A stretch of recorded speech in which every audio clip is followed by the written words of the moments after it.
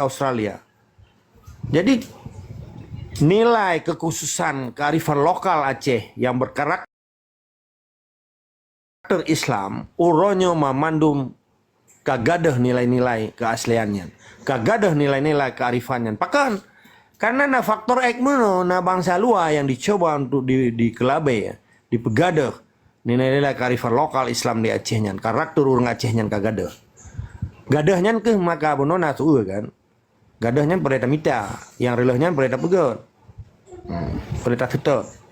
Jadi poin di, mama dong orang Aceh orangnya berkewajiban untuk gepetero ke bawah keinginan bangsa Aceh A, B, C, D maksudnya.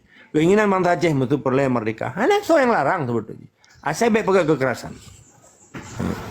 Karena dalam kaidah hukum dunia, ikut hukum humaniter, hukum kemanusiaan, manusianya hanya poh. Manusianya hanya terhina, ikut rasis. Datang dengan kalian bola kan, bak Premier League kan, bak Liga Inggris kan, bak Liga Belanda, bak Liga apa kan Spanyol, Liga Italia, Mamadum kan. Betul no rasis, no rasis. Manusianya hanya di walaupun hitam, walaupun putih, walaupun coklat, walaupun hidung rayu, walaupun keriting. Ini penujat Allah. Di sini kegekeun hukum kesetaraan kemanusiaan di muka bumonyo yang hanya tak remeh, tak celah dan belum tak pegat rasisme itu.